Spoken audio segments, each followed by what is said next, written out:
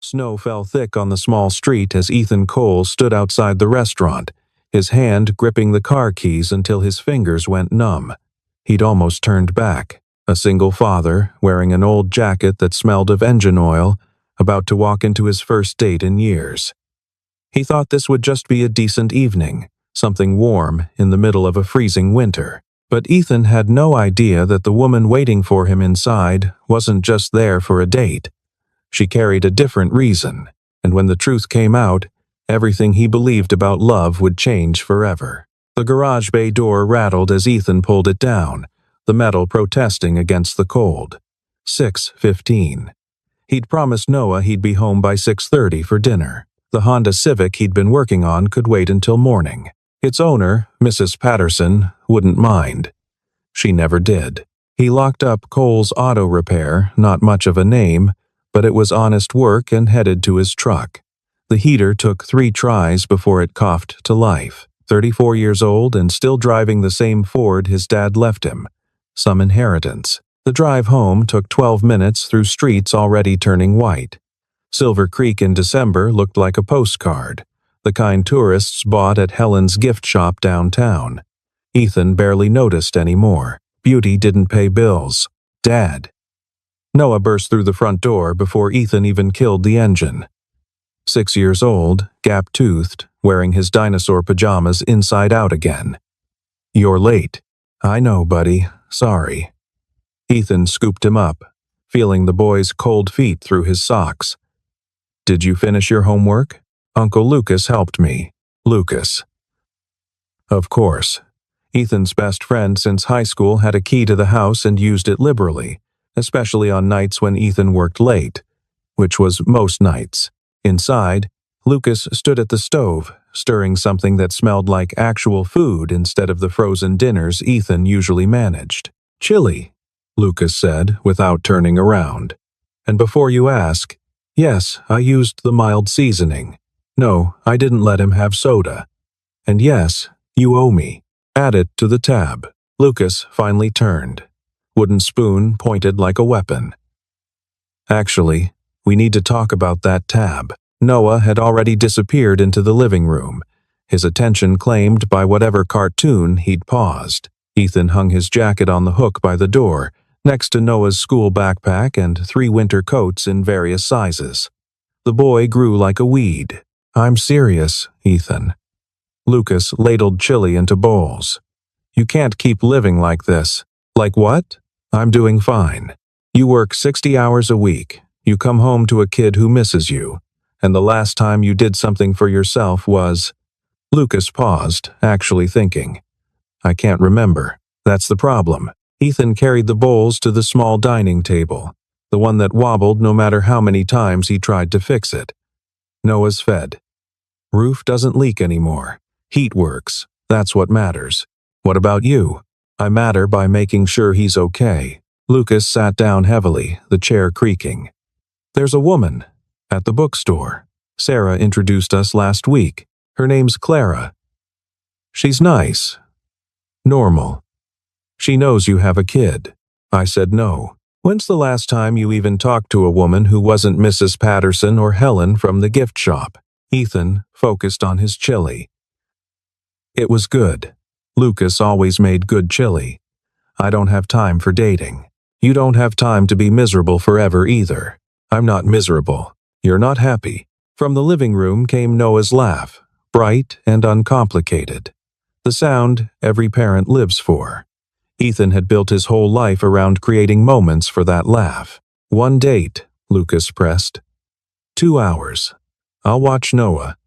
If it's awful, you never have to do it again, and I'll stop bothering you. You won't stop bothering me. No, but I'll bother you about something else." Ethan looked at his friend. Lucas had been there the night Noah was born, been there through the divorce that came 8 months later when Noah's mother decided motherhood wasn't for her and left for Denver with a man she'd met online. Been there through every birthday, every sick day, every moment Ethan felt like he was drowning. "Fine, 1 date." Lucas grinned. "Saturday, 7 o'clock. Marcello's. The Italian place? That's expensive. It's romantic. And you're paying because I've been feeding your kid for free for 6 years. After Lucas left and Noah was tucked in bed, Ethan stood in the bathroom, looking at himself in the mirror. When had those lines appeared around his eyes? When had his hair started showing gray at the temples? He thought about Saturday, about sitting across from a stranger and trying to remember how to be interesting, about explaining Noah, explaining his life, explaining why a grown man still lived paycheck to paycheck. Outside, snow continued falling. The weatherman had predicted 6 inches by morning. Ethan hoped Mrs. Patterson's Civic could wait until spring. Marcello's occupied a corner building downtown, red brick with green awnings dusted in snow. Ethan arrived at 7 to 10, late because Noah couldn't find his favorite stuffed triceratops and bedtime had turned into a negotiation. Lucas had finally shooed him out the door. Inside was warm and smelled of garlic and bread. A handful of tables, checkered tablecloths, candles and wine bottles. Ethan's hands smelled like the industrial soap from the garage. He'd scrubbed them twice. Ethan? She stood near a table by the window. Brown hair pulled back, simple gray sweater, jeans. Not what he expected. Lucas had said bookstore, and Ethan had pictured someone more. He didn't know. Different. Clara? Hi. She smiled, and it reached her eyes. I was starting to think you'd stood me up. No, sorry. Bedtime crisis. Dinosaur-related? He blinked. Lucas told you? He mentioned Noah loves dinosaurs. Said if I wanted to make a good impression, I should learn the difference between a brontosaurus and a brachiosaurus. Do you know the difference? Not remotely. But I watched a YouTube video, so I can fake it for about 30 seconds. Ethan laughed. Actually laughed. When was the last time he'd done that with a stranger? They sat. A waiter appeared, recited specials Ethan couldn't afford, then left them with menus and glasses of water. So, Clara said, single dad? That's what Sarah told me. Here it was. The moment most women found an excuse to leave, Ethan had been through it before, back when he still tried. Yeah. Noah's 6. It's just us. Clara nodded, sipping her water. That must be hard. It is, but he's... Ethan searched for words. He's everything good. Lucas showed me a picture. The one where he's wearing the T-Rex costume. Last Halloween. He wore it for 2 weeks straight. I had to wash it in the middle of the night while he slept. Did he wake up? Yeah. Found me in the laundry room at 3 a.m. Thought I'd kidnapped his costume. Took 20 minutes to calm him down. Clara laughed, and Ethan realized he liked the sound. It wasn't polite or performative. It was real. The waiter returned. They ordered pasta for her, chicken for him, both choosing mid-priced items like they'd silently agreed not to make this expensive. What do you do? Ethan asked, falling back on safe territory. Graphic design. Freelance. Mostly small businesses, local stuff. I design logos, websites, wedding invitations. That sounds creative. It pays the bills, usually. Sometimes I eat a lot of ramen. I know that diet. Outside, snow collected on the windowsill. Someone walked past, bundled in a coat, their breath visible in the streetlight. Can I ask you something? Clara leaned forward slightly. And you can tell me if it's too personal. Ethan tensed. Okay. What made you say yes to this? Lucas said he had to practically drag you here. Honest question. Ethan appreciated that more than she knew. I didn't want to. Still not sure I do. He saw her eyebrows raise. That came out wrong. I mean, dating feels like something other people do. People with time. People whose lives are less complicated. But you came anyway. Lucas is persistent. And maybe. Ethan stopped, surprised by his own honesty. Maybe I'm tired of only being dad. Of that being my whole identity. Clara didn't respond immediately. She looked at him with something like understanding. I get that. I moved here 6 months ago. Before that, I was always someone's daughter. someone's girlfriend, someone's employee. I wanted to figure out who I was without all those labels. Are you figuring it out? Some days. Other days I just eat ramen and wonder if I made a huge mistake leaving Chicago. The food arrived. They ate and talked about nothing important: weather, the town, the bookstore where Lucas had engineered their meeting. Easy conversation, the kind that didn't require performance. Ethan found himself relaxing. His shoulders, usually tight from bending over engines all day, loosened. He even forgot to check his phone for messages from Lucas. "Tell me about Noah," Clara said. Over dessert, they decided to split. "What's he like?" "Smart. Scary smart sometimes. Last week, he explained plate tectonics to me using breakfast plates. I'm still not sure I understood, but he was very confident. Does he like school?" "Loves it. His teacher, Mrs. Hernandez, sends home notes about how he won't stop asking questions. I'm pretty sure she both loves and dreads him. Sounds like a good kid. The best kid." Ethan heard the pride in his own voice. "He's better than I deserve." "I doubt that." The check came. Ethan reached for it automatically, but Clara had her wallet out. "We can split it," she said. "You don't have to. I want to. This was nice. I'd like to do it again, and I don't want you to go broke on date number 1. Date number 1. Implying there might be a date number 2. Outside, the snow had intensified. The parking lot was white, their cars covered. They stood under the awning, breath fogging in the cold. "I should get back," Ethan said. "Lucas has work in the morning." "Of course." Clara pulled her coat tighter. "Thank you for not running when you heard about the dinosaur obsession." She smiled. "I like dinosaurs, and I like you. Simple, direct, no games." Ethan drove home through empty streets, wipers working overtime. The radio played something soft and forgettable. He didn't mind. His thoughts were elsewhere.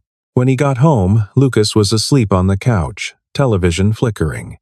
Ethan covered him with a blanket and went to check on Noah. The boy slept, sprawled across his bed. Triceratops clutched under one arm. In his own room, Ethan's phone buzzed. Made it home safely, still thinking about that chocolate cake. "Clara," he saved her number and typed back. Same. The cake was good too. Outside, snow continued falling. But, for the first time in years, Ethan went to sleep thinking about something other than tomorrow's problems. The second date happened 4 days later at the coffee shop, Clara suggested, a place called Morning Grounds that Ethan had driven past 100 times but never entered. Too expensive for his usual gas station coffee routine. "Try this," Clara said, sliding a mug across to him. "It's their winter special." Ethan sipped. Warm, sweet, better than it had any right to be. "That's actually good. Don't sound so surprised. I usually drink whatever's cheapest." "I know. Lucas warned me you'd order black coffee and nothing else." "Lucas talks too much. He cares about you. That's nice." They sat in the back corner, away from the handful of other customers. Outside, the morning was bright and cold, sun glinting off yesterday's snow. "How's Noah?" Clara asked. "He lost another tooth yesterday." Put it under his pillow with a note for the tooth fairy demanding inflation adjustment. Clara nearly choked on her coffee. "What?" He overheard me talking to Lucas about bills. Decided if everything costs more, the tooth fairy should pay more. Left a note explaining his reasoning, complete with a drawing of a tooth and a dollar sign. "What did you do?" The tooth fairy left $5 and a note saying she appreciated his entrepreneurial spirit, but the rate remains standard. "You're a good tooth fairy." "I try." Clara wrapped her hands around her mug. "Can I meet him?" Ethan's stomach tightened. "Noah?" "Eventually. Not now, not today. But if we keep doing this." She gestured between them. "I'd like to meet the person who takes up most of your conversations." Most women ran from single dads. Clara was asking to run toward it. "He's a lot," Ethan warned.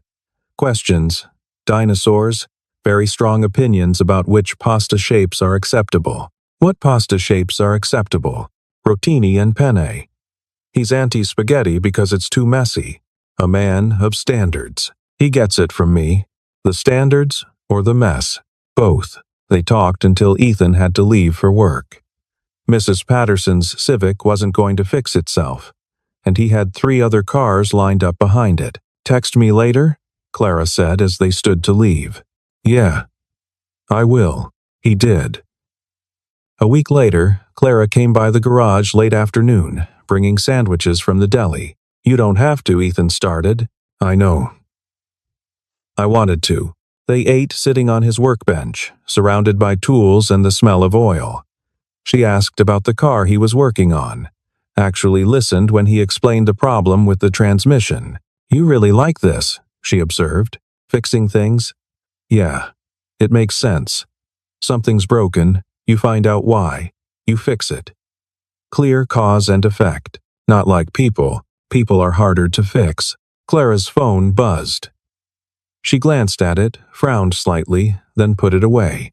Everything okay? Ethan asked. Just my dad. We're not close. He wants me to visit for Christmas. You don't want to? It's complicated. She took another bite of sandwich, clearly not wanting to elaborate. Ethan understood complicated family dynamics. You don't have to explain.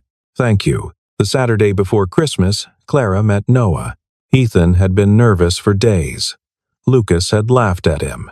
You're acting like she's meeting the president. This is more important than the president. They met at the park, the one with the good playground that Noah loved. He was bundled in his winter coat, hat pulled low, already running toward the swings before Ethan finished parking. Clara stood by the fence, hands in her pockets. She'd worn jeans and a blue jacket. Practical.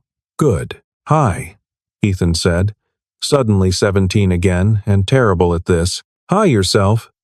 She looked toward Noah. That him? In all his glory. He's got your eyes. No one had ever said that before. Ethan didn't know what to do with it. Noah came running over, skidding to a stop in the snow. Dad, push me on the swings.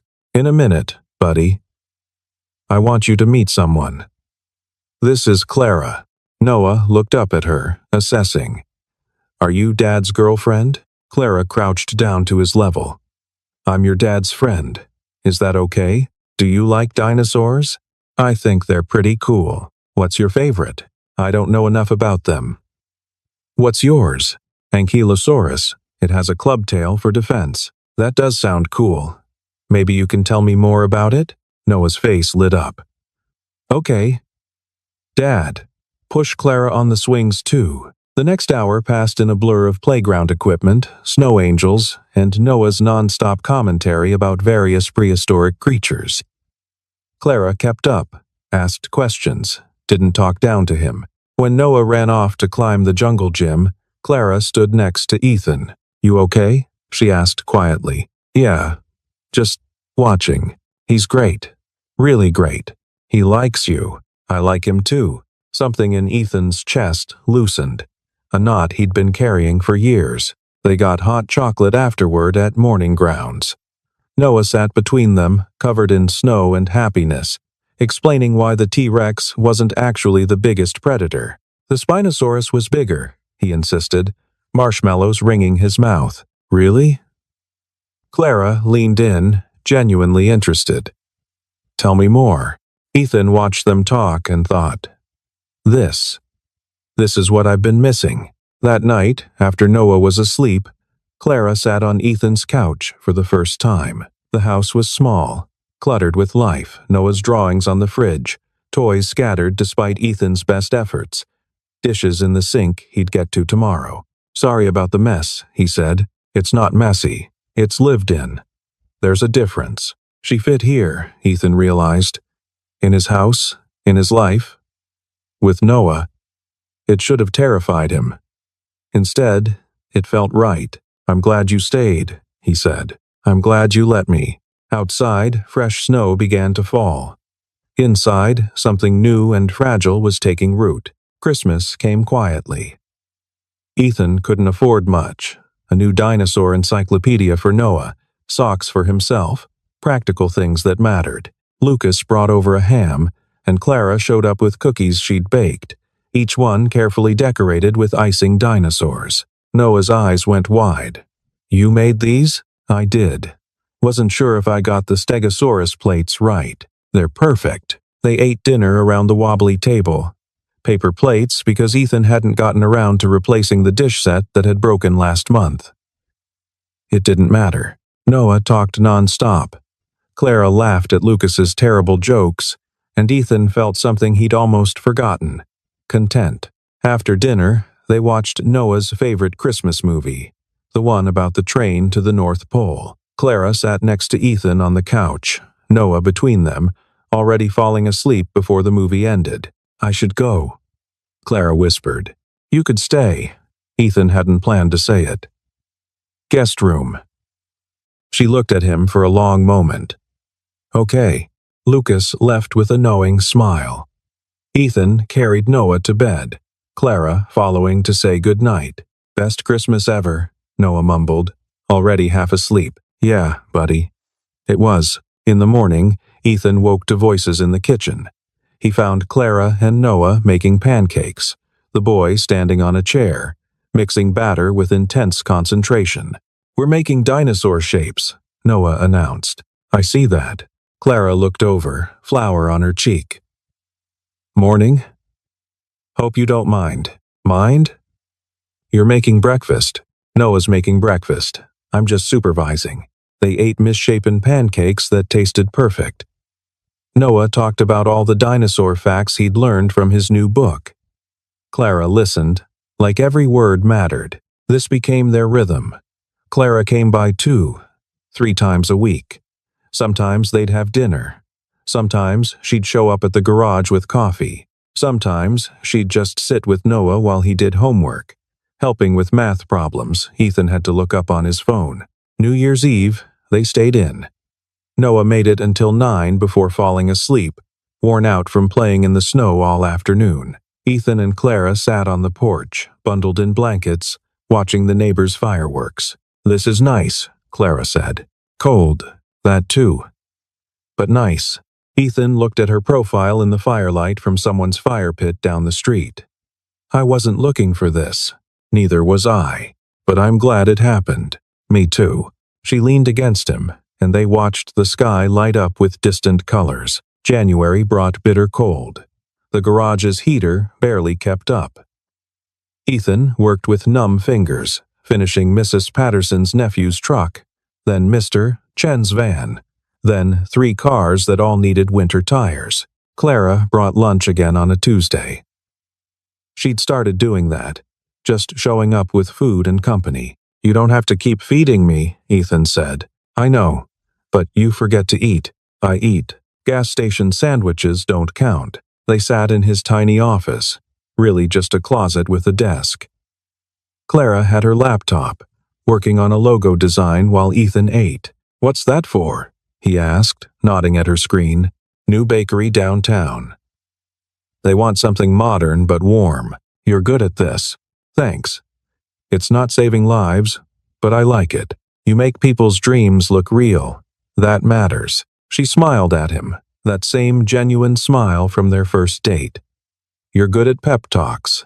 Noah requires a lot of them. How's he doing in school?" "Good. Great, actually. His teacher wants him tested for the gifted program." "That's amazing. It's expensive." "Special classes, materials, trips?" Ethan set down his sandwich. "I'm not sure I can afford it." "You'll figure it out. You always do." "What makes you so sure?"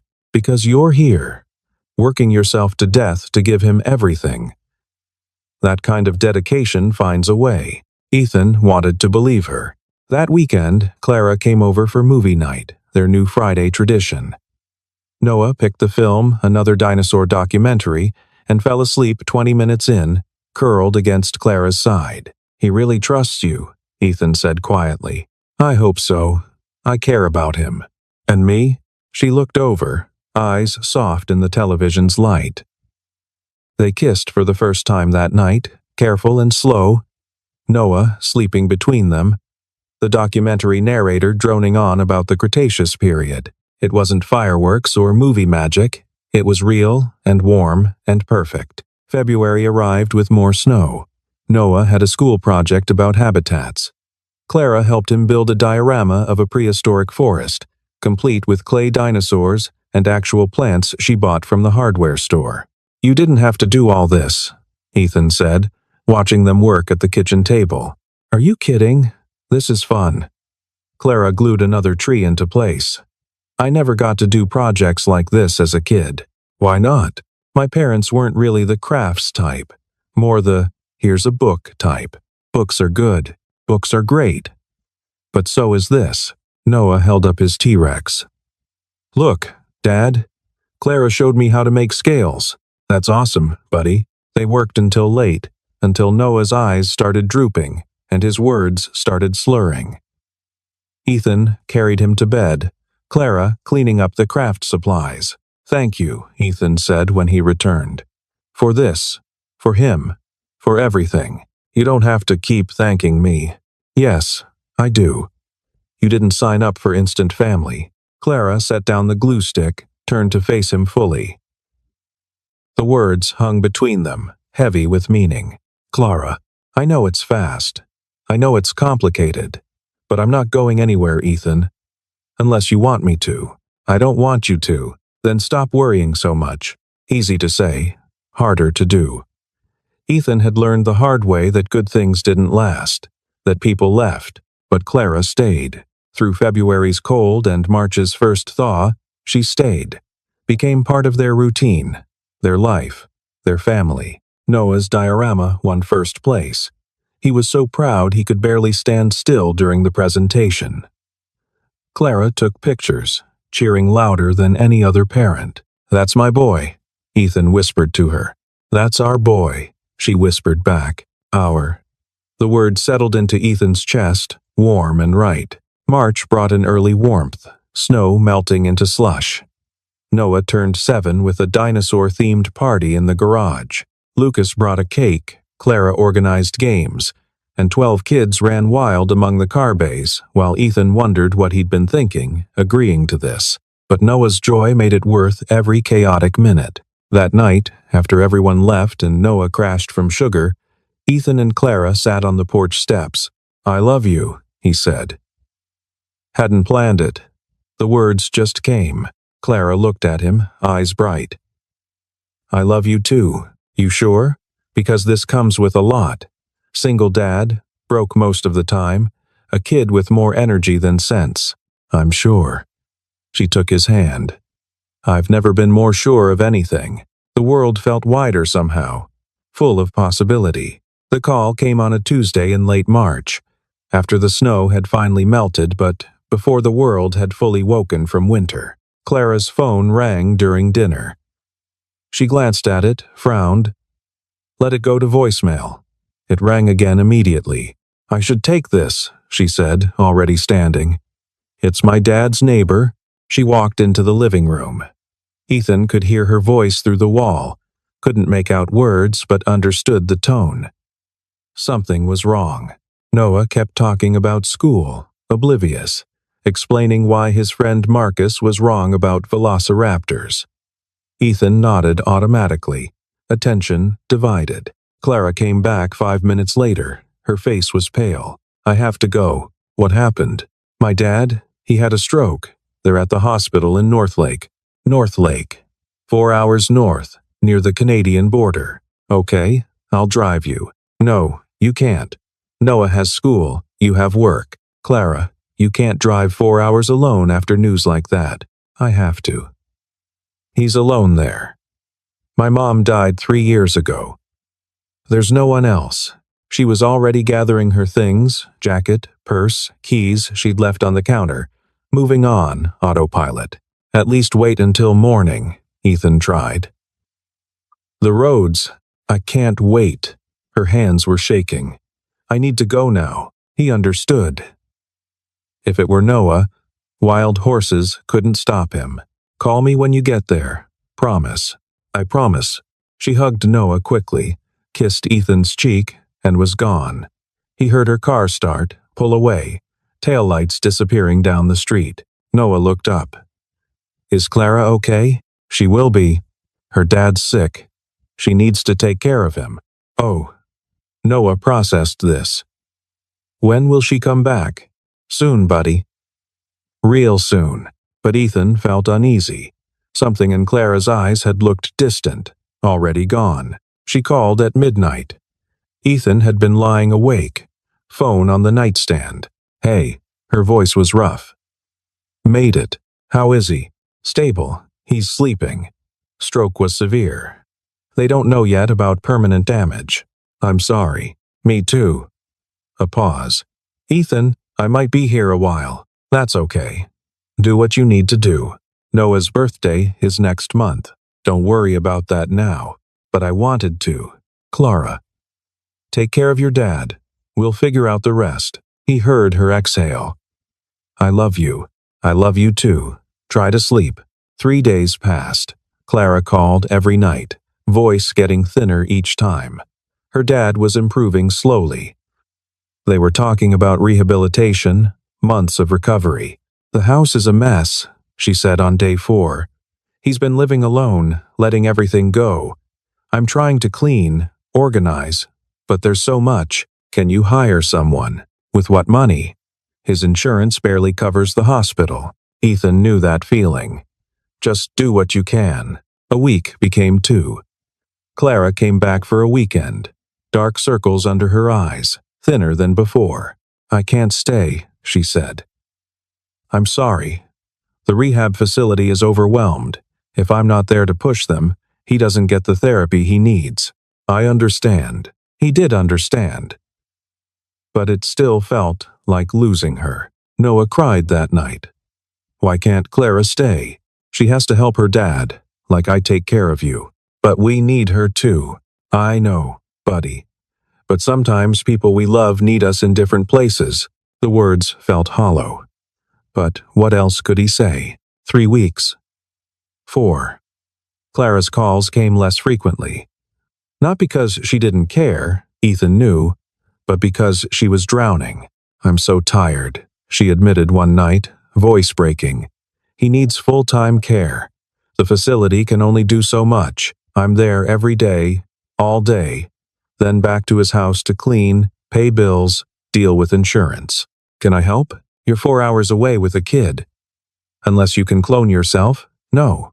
I'm sorry. Don't be. This isn't your fault. It's just life. Life.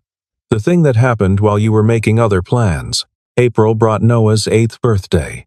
Clara video called, sang happy birthday over glitchy connection. Noah smiled, but Ethan could see it didn't reach his eyes. After the call ended, Noah asked, Is Clara coming back? When? I don't know. Did we do something wrong? The question gutted him. No, buddy, no. This isn't about us. Then why does it feel bad?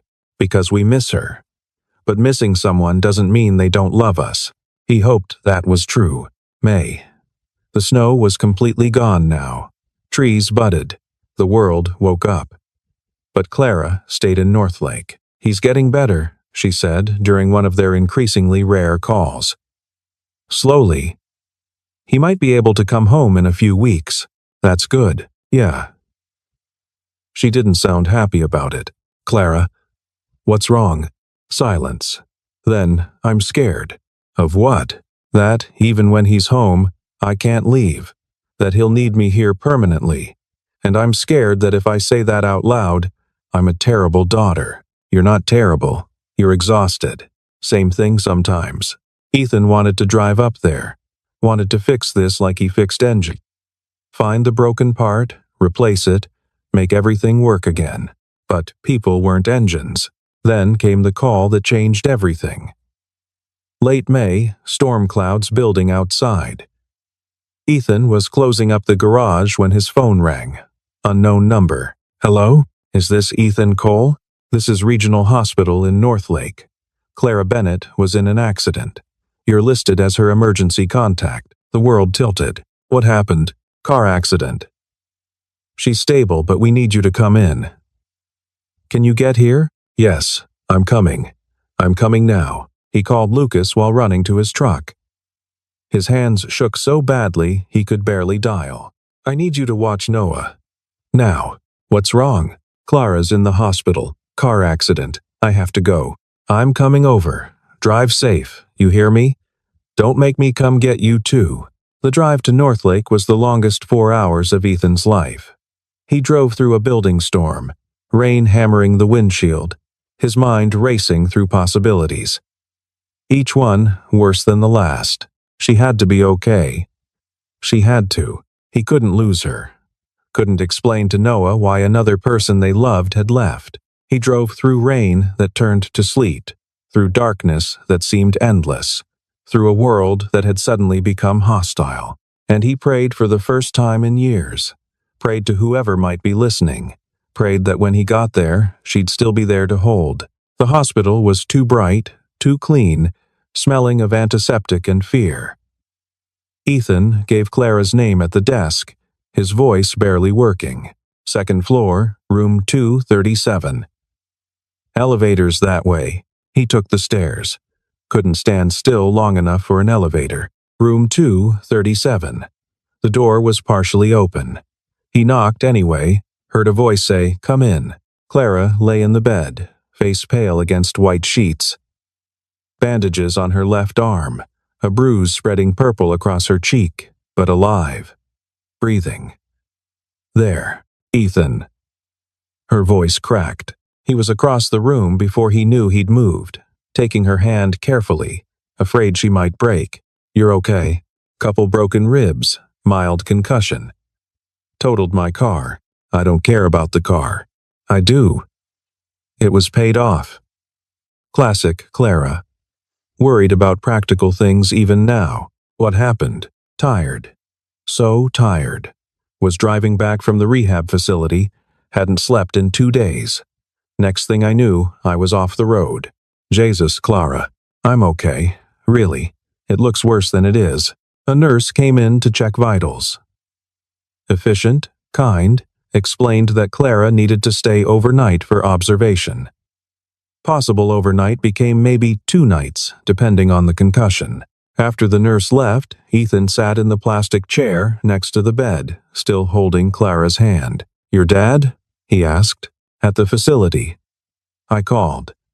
He doesn't really understand what happened. The stroke affected his comprehension. "I'm sorry." "Me too." "I know. I can't do this anymore." "Then don't. Come home. He's my dad. And you're killing yourself. He has no one else." "What about you? Don't you count?" She turned away, looking at the window where rain still fell. "I don't know anymore." Ethan wanted to fix this, wanted to make it better, but he didn't know how. "What do you need?" "I don't know." "More time. More energy. A miracle. I'll stay. As long as you need. You can't." "Noah." "Lucas has him. School's almost out. We'll figure it out." "Ethan, I'm not leaving you here alone." She looked at him finally, tears spilling over. "I'm not her." "What?" "Noah's mom. I'm not going to leave. I'm not walking away from you." The fear he'd been carrying, the one he didn't want to name, finally had words. "I know that. Do you? Because you've been waiting for me to run. I can feel it." Maybe she was right. Maybe he had been waiting.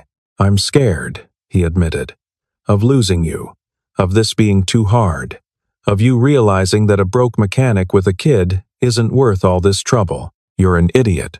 He laughed, surprised. "Excuse me? You're worth everything. You and Noah both. Don't you get that? Then why does this feel like goodbye?" Clara squeezed his hand, hard enough to hurt. "Because it's scary. Because I'm scared. But not of you. Never of you." They sat in silence, rain pattering against the window. Eventually, Clara fell asleep, exhaustion winning. Ethan stayed in the chair, watching her breathe, counting each inhale like a promise. A doctor came by around midnight. Young, tired, probably working a double shift. "You're the boyfriend?" "She's lucky. Couple feet to the right, she would have hit that tree head on. When can she leave?" Tomorrow, if the CT scan looks good. Someone needs to stay with her for 48 hours. Concussion protocol. I will. Good. The doctor made a note on his tablet. Make sure she rests. Actually rests. She's running on empty. After he left, Ethan sent Lucas a text. She's okay. I'll call tomorrow. The reply came immediately. Noah's asleep. Take your time. We're fine. But were they? Was anyone fine? Morning came gray and damp. Clara woke slowly, confused until she remembered where she was. You stayed. Of course I stayed. You should go home. Not yet. The CT scan came back clear. They were discharged by noon with instructions for rest and follow-up. Clara moved slowly, carefully. Each breath seemed to hurt. Her dad's house was 20 minutes away, a small ranch that had seen better days. Inside smelled stale. Dishes in the sink. Mail piled on the counter. The life of a man who'd been managing alone and failing. I've been trying to clean, Clara said. Between hospital visits. Sit down. I'll make coffee. He found the kitchen, figured out the ancient coffee maker, and made something that resembled coffee. Brought 2 mugs to the living room where Clara had curled up on the couch. I should call the facility, she said. Check on him. In a minute. Drink this first. She did, hands wrapped around the mug. Outside, the rain had stopped, but the sky stayed gray. I need to figure out what happens next, Clara said. He can't come back here alone. But I can't stay forever. What do you want? I want. She stopped, started again. I want to come home. I want you and Noah and our life. But I can't abandon him. You're not abandoning anyone. You're one person. You can't do everything. Then what do I do? We figure it out. Together. I don't know yet. But running yourself into the ground isn't the answer. They spent the afternoon researching options. Long-term care facilities. In-home nursing. Financial assistance programs. None of it was cheap. None of it was easy. I can't afford any of this, Clara said, staring at her laptop. What about his savings? Gone. Medical bills. The house is mortgaged. He has Social Security. That's it. Ethan looked at the numbers. Did the math in his head. It was bad. Really bad. We'll figure it out, he said again, wishing he had better words. That night, they slept in Clara's childhood bedroom. Twin bed, posters still on the walls. Strange and sad, this glimpse into who she'd been before. I couldn't wait to leave this place, she whispered in the dark. Went to Chicago the day after high school. Swore I'd never come back. But you did. Because he needed me. But Ethan, I can't stay. I can't live here. Then don't. It's not that simple. Maybe it is. Maybe you're making it harder than it needs to be. She didn't answer. Eventually, her breathing evened out. But Ethan stayed awake, thinking about broken cars and broken people, and how sometimes you couldn't fix everything.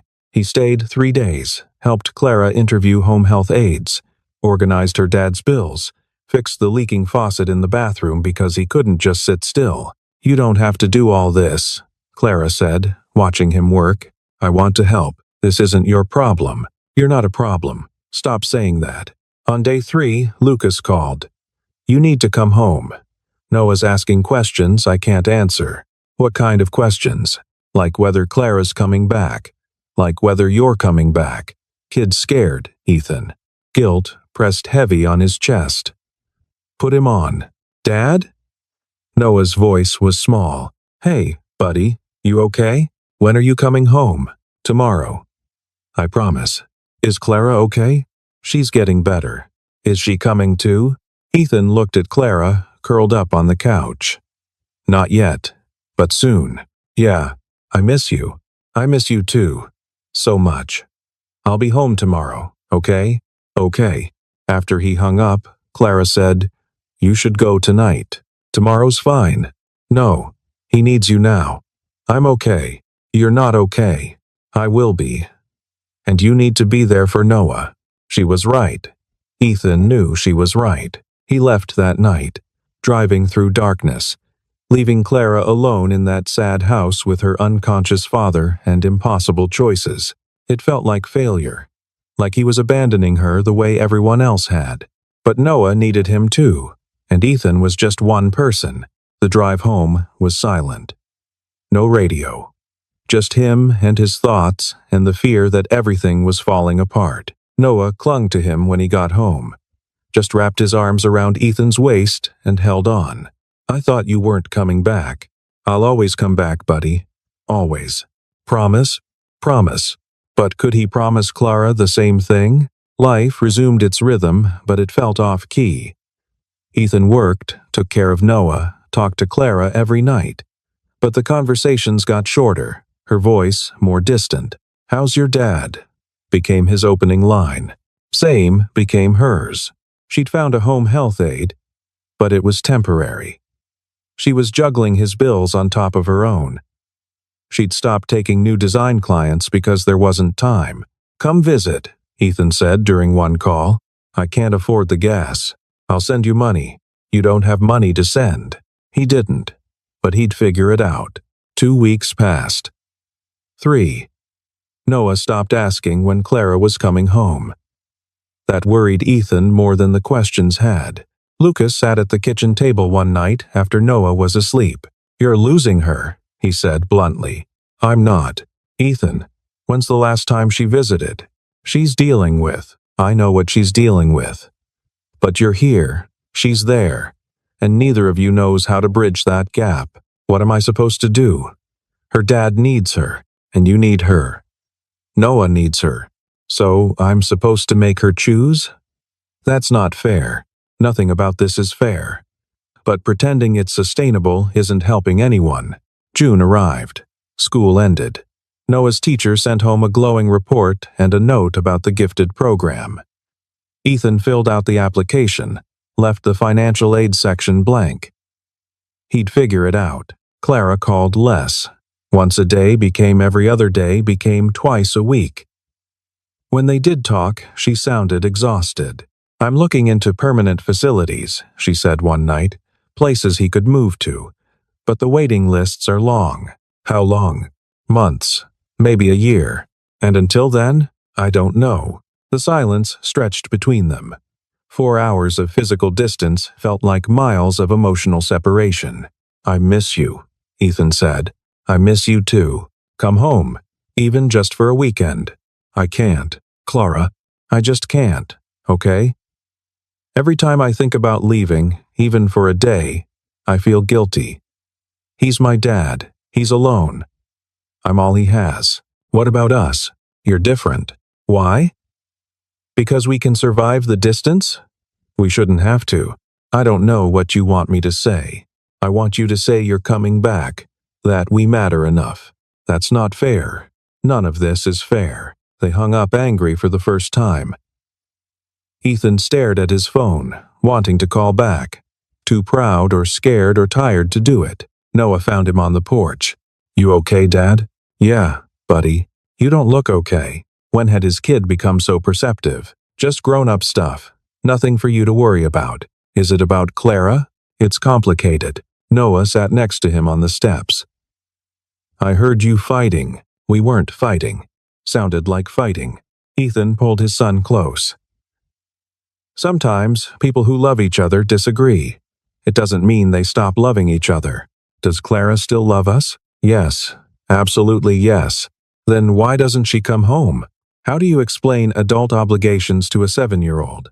How do you make him understand that love doesn't always conquer logistics? Sometimes people have to make really hard choices. Clara's taking care of her dad like I take care of you. That's what family does. But she's our family too. "Yeah, buddy, she is." July. The hottest month. The garage was an oven. Ethan worked through it, barely noticing. Clara's calls became once a week. Always brief, always exhausted.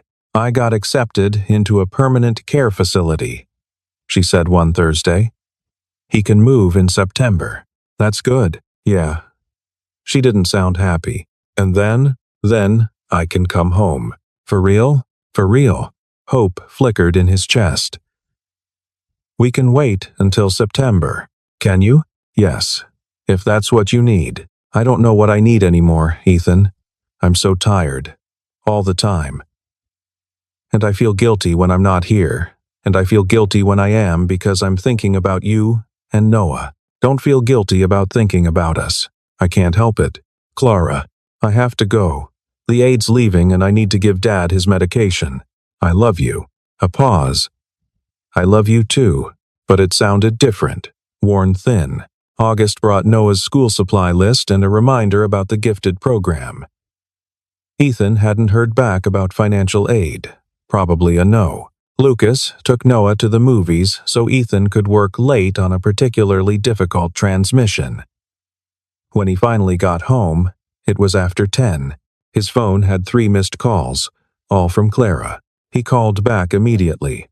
She answered on the first ring. I can't do this anymore. Ethan's heart stopped. Can't do what? This. The distance. The waiting. It's not fair to you. What are you saying? I'm saying I can't be what you need right now. I can't be there for you and Noah. And it's not right to keep you waiting for something that might never happen. September. September is a maybe. The facility might not work. He might need more care. And I can't keep promising I'll come home when I don't know if I can keep that promise. So you're breaking up with me? I'm setting you free. I don't want to be free. I want you. You deserve someone who can actually be there. I deserve you. He heard her crying. Quiet. Trying to hide it. I'm sorry, she whispered. I'm so sorry. But this is the right thing. For who? For all of us. Don't do this. I already did. Goodbye, Ethan. She hung up. He called back. It went straight to voicemail. Called again. No response. He sat on the porch steps, the same place he'd sat with Noah, the same place he'd kissed Clara for the first time. And he felt something break inside. Not dramatic, not cinematic, just a quiet crumbling of something he'd started to believe in. Lucas found him there an hour later, Noah already asleep in the car. What happened? She ended it. What? Why? Because she's there, and we're here, and she doesn't think she can fix it. That's stupid. Is it? Maybe she's right. Maybe this was always going to end this way. Don't give up. She already did. Lucas carried Noah inside, got him into bed. When he came back out, Ethan was still sitting in the same spot. You love her. Doesn't matter. Of course it matters. Not if she won't fight for us. She is fighting, just in a different direction. Same result, though. Lucas sat next to him. So what are you going to do? What can I do? She made her choice. And you're just accepting it? What else is there? You could fight back. Tell her she's wrong. Tell her you'll wait however long it takes. I did tell her that. Then tell her again. And again. Until she believes it. Ethan shook his head. If she wanted to be with us, she'd find a way. She's drowning, man. People make bad decisions when they're drowning. Maybe. But it didn't change the outcome. Noah asked about Clara the next morning. She's still in Northlake, Ethan said. When's she coming back? Ethan couldn't say the words. Couldn't tell his son that the woman he'd come to love was gone. I don't know, buddy. Can we call her? Not right now. Why not? Just... Not right now. Noah looked at him with those too perceptive eyes. Did Clara leave like Mom did? No, it's different. How, indeed? Mom left because she didn't want to be a mom. Clara left because she had to take care of her dad, but she still left. Yeah, buddy, she did. Noah's face crumpled. Ethan pulled him close, both of them crying on the kitchen floor while cereal got soggy in forgotten bowls. The days after Clara's call blurred together. Ethan went through the motions: work, dinner, bedtime, repeat. Noah grew quiet, spending hours with his dinosaur books instead of playing outside. Lucas stopped by daily. Didn't always talk, just existed in the space. Sometimes that helped. Sometimes nothing helped. You should eat, Lucas said one evening, looking at the untouched sandwich on Ethan's workbench. Not hungry. You haven't been hungry in a week. I'll eat later. He didn't. At night, Ethan lay in bed, staring at his phone. Clara's number was still there. He could call, could text, could beg her to reconsider. He did none of those things. Pride, maybe, or respect for her decision, or just exhaustion. He didn't have the energy to fight for someone who didn't want to be fought for. 2 weeks after the call, he took Noah to the park, the same one where Clara had met him the first time. Noah went straight to the swings, that muscle memory of happier days. Ethan pushed him, listening to the squeak of chains, watching other families enjoy the late summer day. A couple with a toddler, an older man with his grandkids. Everyone seemed whole except them. Yeah? Do you think Clara still thinks about us? I'm sure she does. Then why doesn't she call? Because sometimes thinking about people hurts too much. Because distance makes everything harder. Because she made a choice and she's sticking to it. I don't know, buddy. I miss her. Me too. They stayed until the sun started setting. Until the other families packed up and left. Until it was just them and lengthening shadows. At home, Noah went straight to his room. Ethan heard drawers opening, things being moved. When he checked, Noah was taking down the pictures they'd stuck to his wall photos. Clara had taken of them. Drawings she'd made. The dinosaur bookmark she'd given him. What are you doing?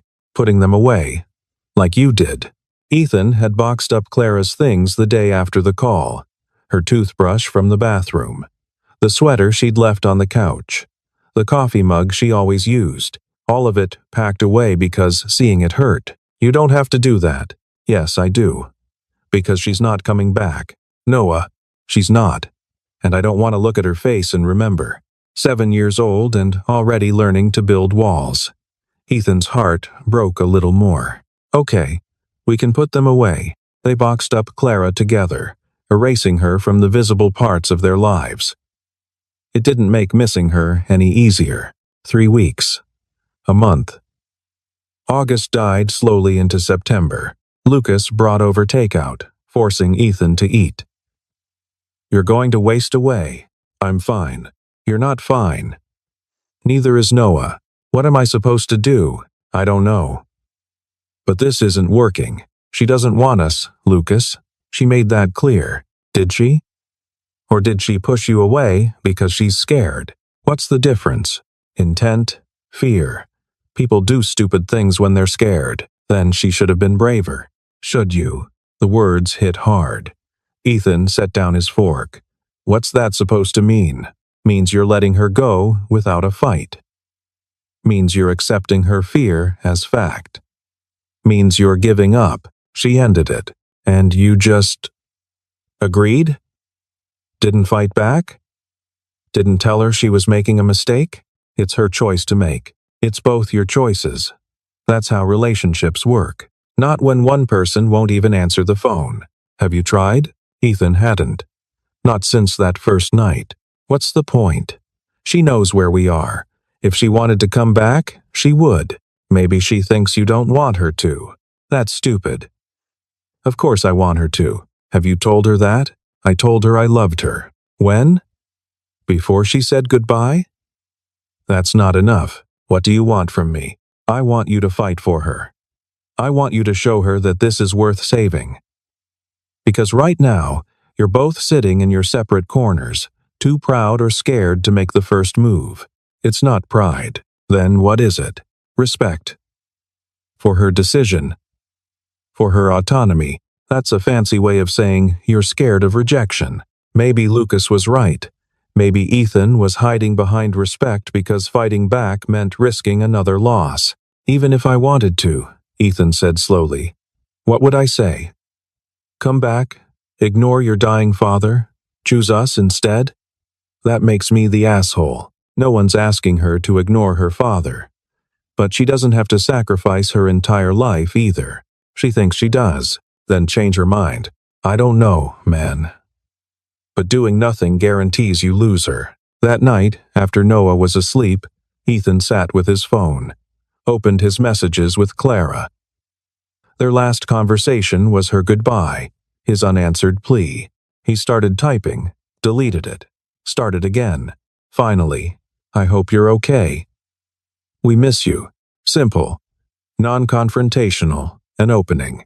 He hit send before he could overthink it. 3 hours later, his phone buzzed. He grabbed it so fast he nearly dropped it. Miss you too. How's Noah? He's okay. Sad. We both are. I'm sorry.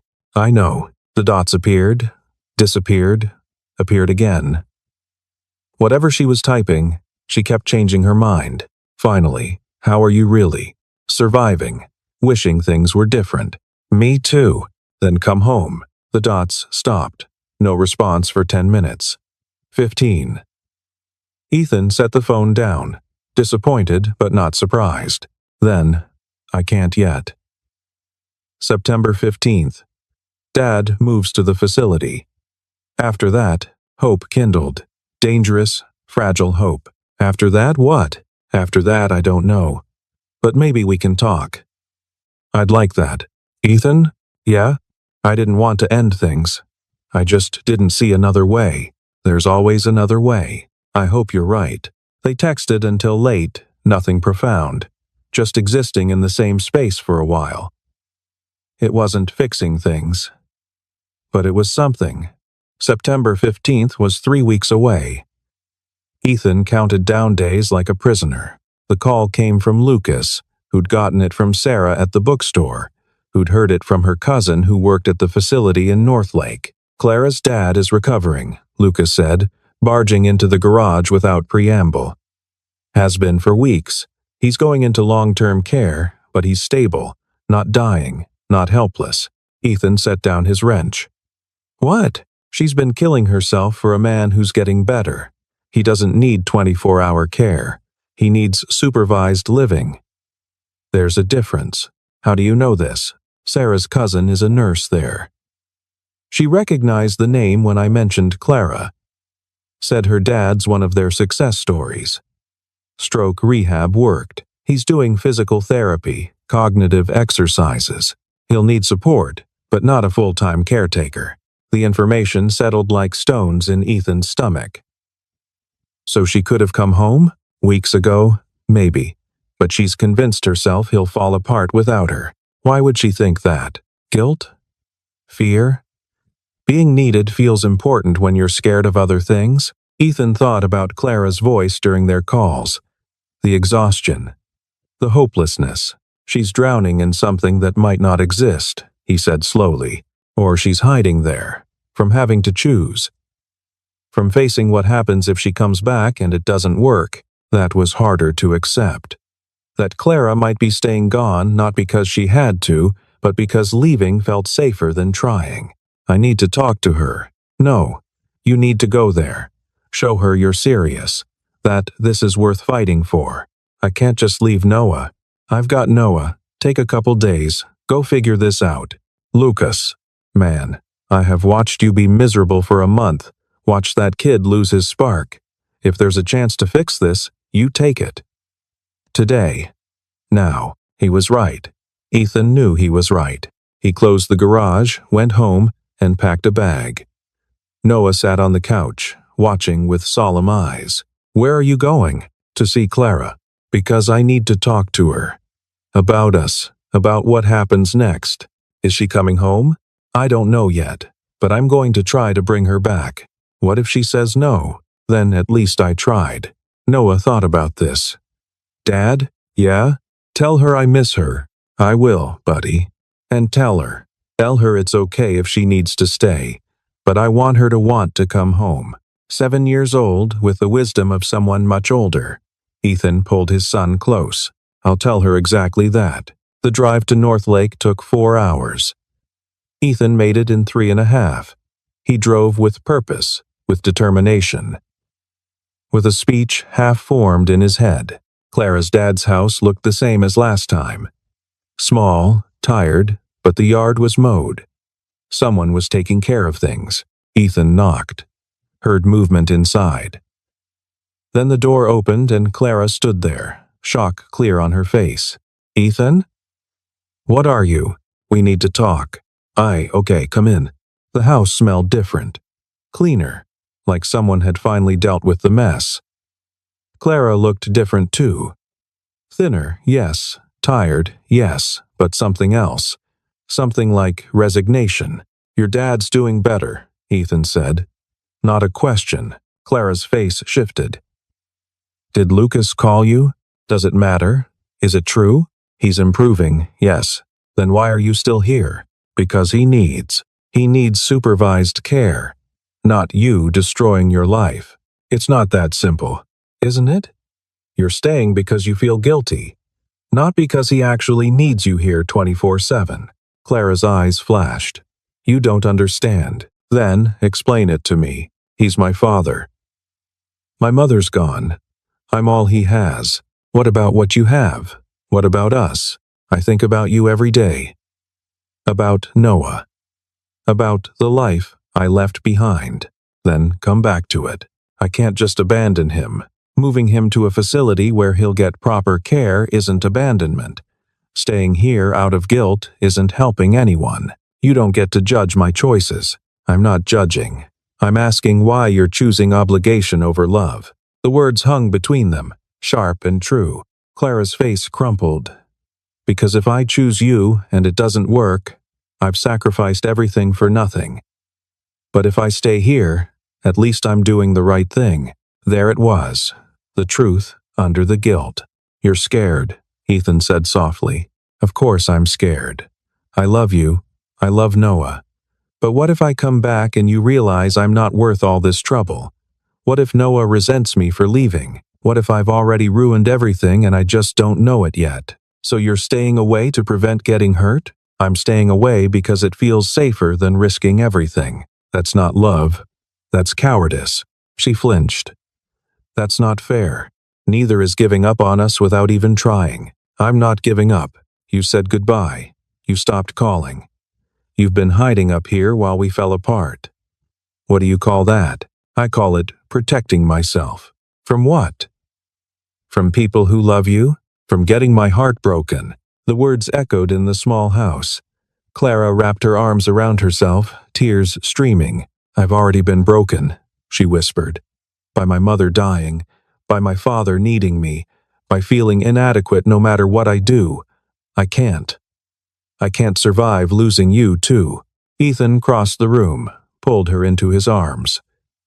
She resisted for a second, then collapsed against him. You're not going to lose me. You don't know that. I do. Because I'm not leaving. Because I drove 4 hours to tell you that you're wrong. That we're worth fighting for. That being scared is fine, but giving up isn't.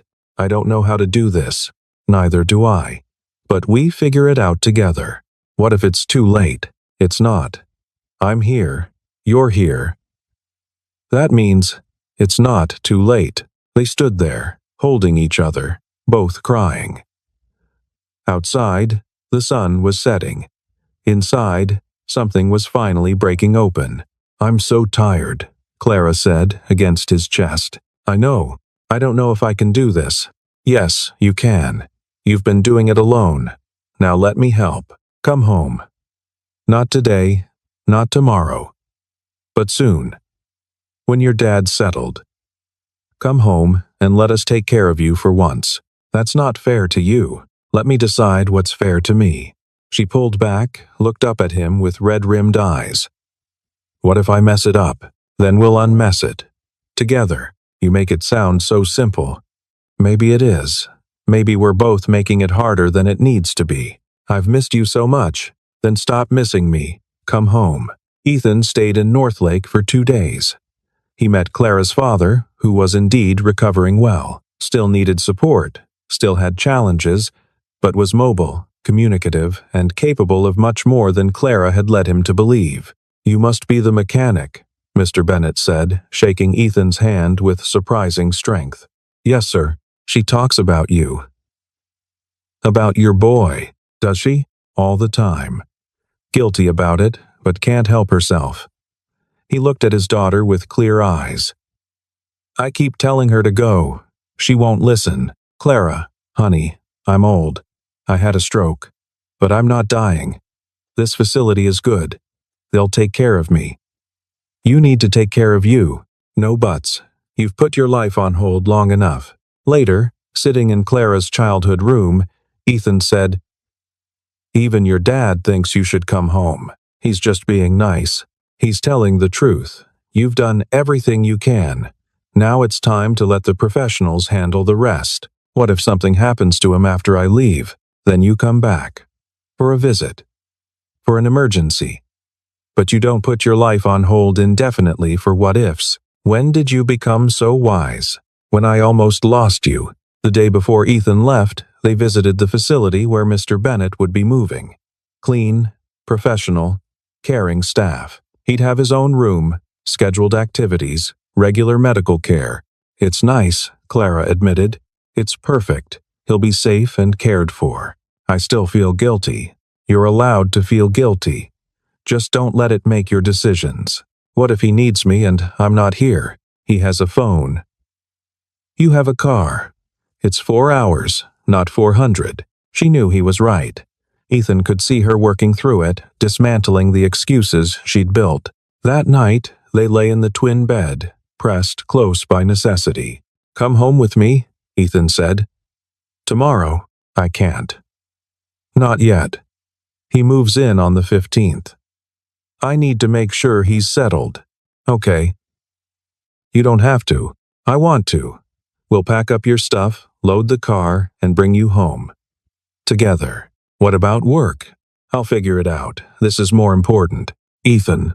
"Clara, stop. Stop making excuses. Stop finding reasons why it won't work.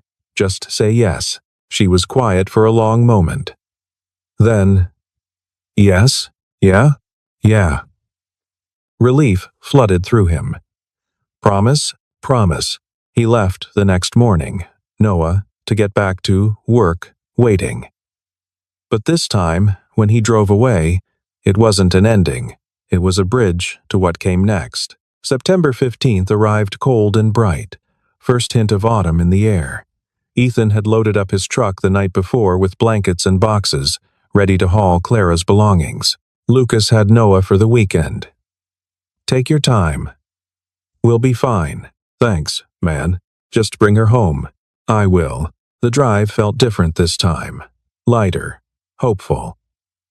Ethan had the radio on, singing along badly to songs he didn't know all the words to. He pulled up to the house at noon. Clara was on the porch, suitcases already packed. She looked up as he got out of the truck, and her smile hit him like sunlight. "Ready?" he called. So ready. They loaded the truck quickly. Not much to take, she'd been living light, ready to leave, but not admitting it. Within an hour, everything she owned was packed. Mr. Bennett sat in his wheelchair on the porch, watching. "Take care of my girl," he said to Ethan. "Yes, sir." "And young man, thank you for not giving up on her." "Never." Clara hugged her father goodbye. "I'll call you every week. Don't make promises you can't keep." "I'll keep this one." "Then go. Get out of here before the weather turns." They got in the truck, Clara in the passenger seat. She looked back once as they pulled away, then forward. Toward home. They drove in comfortable silence for a while, landscape sliding past. Then Clara reached over, took Ethan's hand. "Thank you for coming after me. Thank you for letting me. I'm sorry I pushed you away. I'm sorry I almost let you go. What do we tell Noah? The truth. That you were scared, but you're not scared anymore. What if I'm still scared? Then we're scared together." Halfway home, snow started falling. Early for September, but this was Vermont. Weather didn't follow rules. Clara watched it through the window. "I used to hate snow. Reminded me of being stuck. And now? Now it reminds me of the night we met. Of you standing outside Marcello's, looking like you wanted to run. I did want to run, but you didn't. Best decision I ever made." The snow got heavier as they drove. By the time they reached Silver Creek, the roads were white. Ethan's truck handled it fine, old but reliable, like everything in his life. They pulled up to the house just as the sun was setting. Lucas's car was out front. Through the window, Ethan could see Noah at the table. Homework spread out, Lucas probably helping despite his protests. "You ready?" Ethan asked. Clara nodded.